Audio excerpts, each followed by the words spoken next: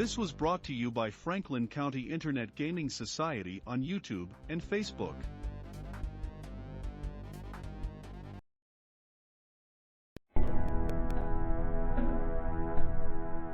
Chapter presents 49 legacy items, complete with descriptions, histories, rituals, adventure seeds, and legacy abilities. These objects cover a wide range of utility, from traditional instruments of war to finely honed tools of stealth. Each one is ready to be included in a campaign with only a small amount of work. Reading the legacy item entries. Refer to this section if you have questions about a legacy item's presentation. Name and description. The name of the legacy item is followed by a description of the item's appearance and easily observed abilities. Unless you succeed on the DC 15 knowledge, history, check concerning the item, its name isn't automatically evident. Non-legacy game statistics. This entry contains information that can be gleaned by inspection and with an identify spell. The cost listed here is for a normal magic item of the legacy item's kind, its true status remaining unknown. Legacy items are priceless. History. Every legacy item has a history, which is often obscured by a gulf of time. Knowing a piece of an item's past requires a knowledge, history, check, with higher and higher DCS to learn more and more esoteric or pertinent facts. These checks do not have to be made by the prospective wielder of the item.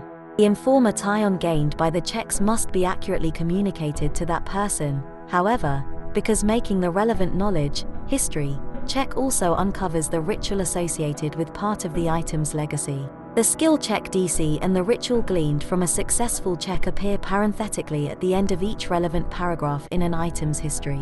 Additional methods of researching a legacy item's history are discussed in Alternatives to Knowledge, History, Checks, page 205. Legacy rituals. Every legacy item has at least one ritual associated with it, a task that must be successfully completed in order to unlock a range of abilities for your use. A legacy item can have least, lesser, and greater rituals, which grant you access to least, lesser, and greater abilities, respectively, but only if you complete the required ritual. Cost. A legacy ritual has an associated cost in gold pieces, which is listed here. Feat granted. Successful completion of a legacy ritual grants you the legacy feat listed here as a bonus feat, assuming you meet its prerequisites. If you don't have all the prerequisites, you still gain the feat but cannot benefit from it until the prerequisites are met. Wielder requirements. Legacy items have more requirements than simply gaining the associated legacy feats. Such requirements are listed here, much like the prerequisites for entering a prestige class. These requirements do not affect your ability to use the non-legacy abilities of the item. Item table. Every legacy item is described in terms of a table that lays out conferred abilities according to the following information. Wielder level. You must possess this character level to gain the legacy item abilities in the same row of the table, assuming you meet any other requirements. Since a character below 5th level cannot gain access to legacy abilities, each table starts with that level. Personal costs. All legacy items exact some sort of personal costs. These costs apply once you gain access to the legacy abilities of that level, and they apply whether or not you are actively wielding the item of legacy. If you renounce your legacy, see page 9, these costs are negated. Specify C types of personal costs are explained here. Attack penalty. This is a permanent penalty on all your attack rolls. Multiple values in the same column are not cumulative, instead representing the total penalty applied. Skill check penalty. This is a permanent penalty on all your skill checks. Multiple values in the same column are not cumulative, instead representing the total penalty applied. Save penalty. This is a permanent penalty on your saving throws. Less the column's header notes a specify C save, the penalty applies on all saves, fortitude, reflex, and will. Multiple values in the same column are not cumulative, instead representing the total penalty applied. Caster level penalty. This is a permanent reduction in your caster level for all spells. It has no bearing on the spells you can cast, only on the level-dependent variables of those spells. Multiple values in the same column are not cumulative, instead representing the total reduction applied. Manifester level penalty. This is a permanent reduction in your manifester level for all psionic powers. It affects all level-dependent variables of psionic powers, as well as the maximum number of power points you can expend on any one power. Multiple values in the same column are not cumulative, instead representing the total reduction applied. Hit point loss: you permanently lose the listed number of hit points. The values are cumulative. Skill point loss: the listed number of skill points are deducted from the skill points you gain at the indicated level. If you cannot pay this personal cost in full, you must immediately pay as much as you can and continue to pay toward the cost, before acquiring any further skill ranks, until it is entirely paid. Only when the total cost is paid do you gain access to the legacy abilities of the level exacting the cost. The values are cumulative. Spell slot loss: you lose the listed spell slot, or slots, from your daily number of spells. These entries are not cumulative. Each entry on this column replaces all previous entries. Power point loss: you deduct the listed number of power points from your daily pool. The values are cumulative. Abilities: if all the requirements are met, including character level, ritual completion, and personal costs, the legacy item confers the indicated ability or ability ties upon you. Legacy item abilities: the abilities conferred by a legacy item are explained here. In general, using legacy items' abilities requires you to at least carry the item on your person. This default rule has some exceptions, which are clarified in the specific entries to which they apply. Unless otherwise noted, activating a legacy ability is a standard action that does not provoke attacks of opportunity. The save DC for any legacy ability is equal to 10 plus the level of the spell or effect plus the ability modifier of the minimum ability score needed to cast that level of spell, just as normal for magic items. See page 214 of the Dungeon Master's Guide. You can substitute your charisma modifier for the ability modifier used by the item, if the save DC result would be higher. Adventure Seed: an encounter is provided, usually involving discovery of the legacy item. Reading the statistics block. The new statistics block format is divided into 4 main sections, which are separated by horizontal lines.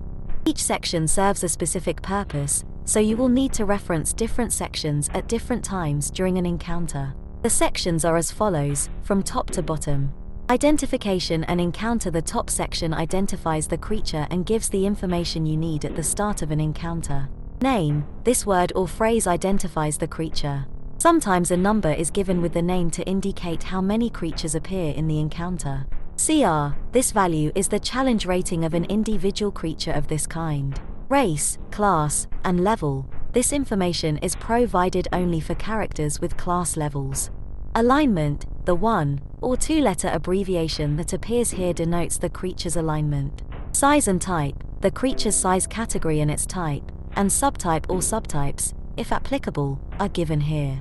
Init: this value is the creature's modifier on initiative checks. Senses: the senses entry indicates whether the creature has dark vision, low light vision, scent, tremor sense, blind sight, or some other sensory special quality. This information is followed by the creature's modifiers on listen and spot checks, even if the creature has no ranks in those skills. Aura: occasionally, a creature has a special ability that takes effect anytime another creature comes within a certain distance of it. Such abilities, such as a blackguard's aura of despair or a devil's fear aura, are detailed here. Languages: this entry gives the languages the creature speaks or understands, as well as any special abilities relating to communication, such as telepathy, or tongues, that it possesses.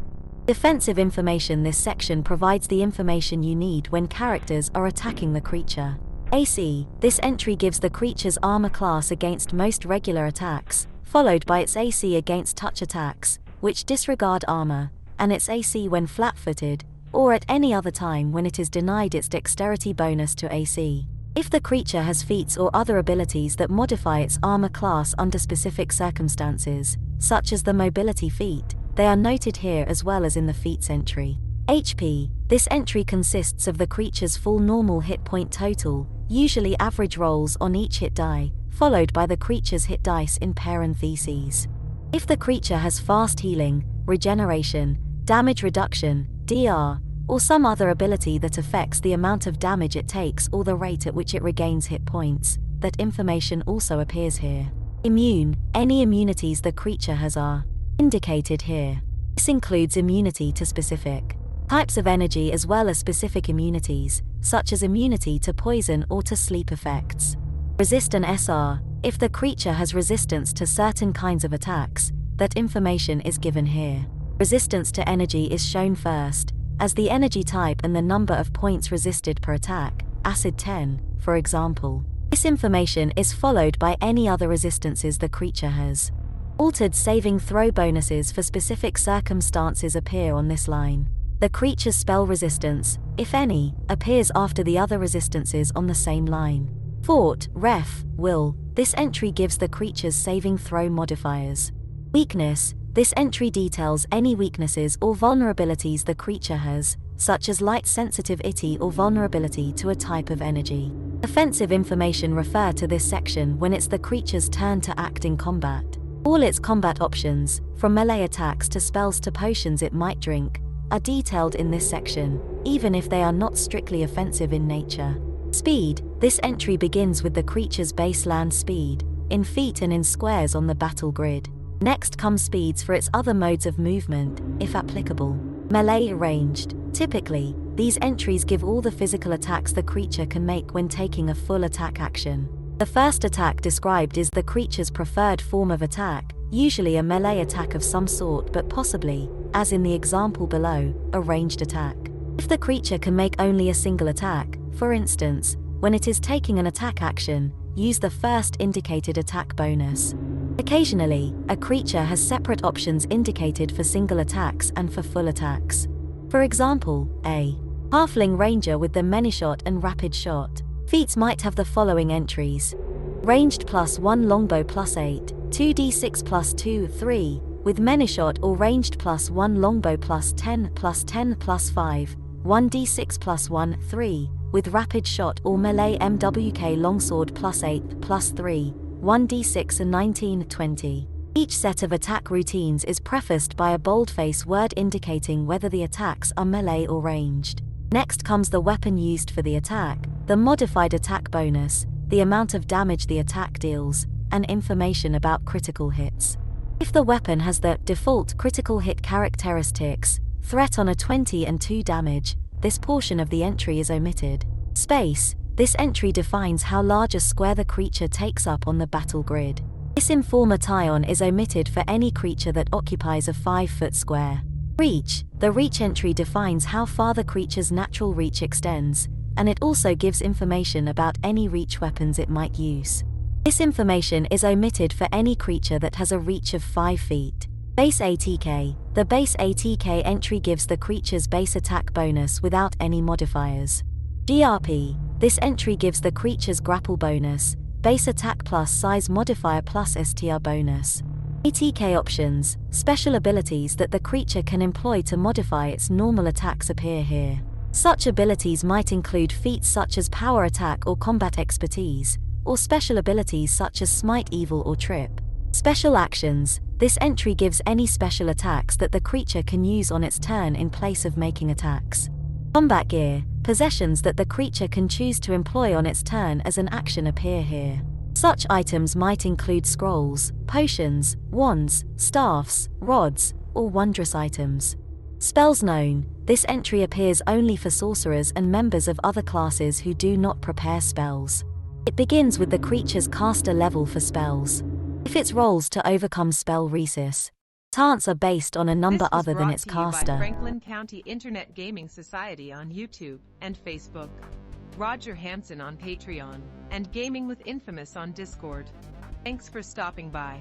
Listen to our podcast on any of these platforms: Anchor, Breaker, Overcast, Pocket Casts, Radio Public, Spotify.